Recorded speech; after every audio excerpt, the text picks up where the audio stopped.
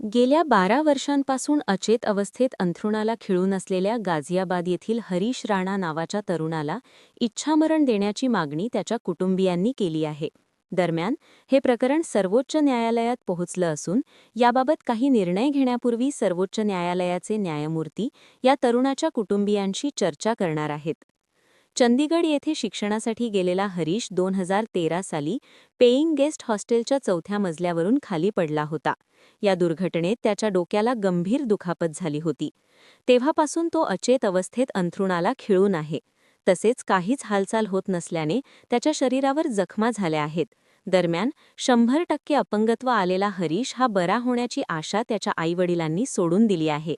तसेच त्याला इच्छामरण द्यावे अशी मागणी केली आहे. या प्रक्रियेमध्ये रुग्णाला जिवंत ठेवणारा बाह्य सपोर्ट हटवून त्याला मृत्यू दिला जातो.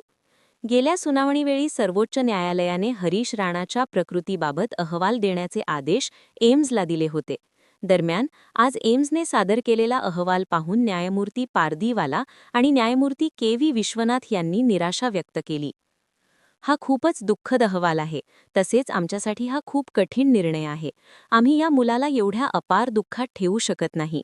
आता आम्ही अंतिम निर्णय घ्यायचा आहे अशा स्थितीत पोहोचलो आहोत, असे न्यायमूर्ती पारदीवाला यांनी सांगितले. दरम्यान, अशा प्रकरणात व्हिडिओ कॉन्फरन्सिंगद्वारे या मुलाच्या कुटुंबियांशी बोलणं योग्य ठरणार नाही.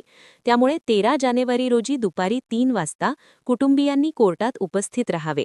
त्यानंतर कोर्ट त्यांच्याशी बोलून अंतिम निर्णय घेईल, असेही सर्वोच्च न्यायालयाने स्पष्ट केले आहे.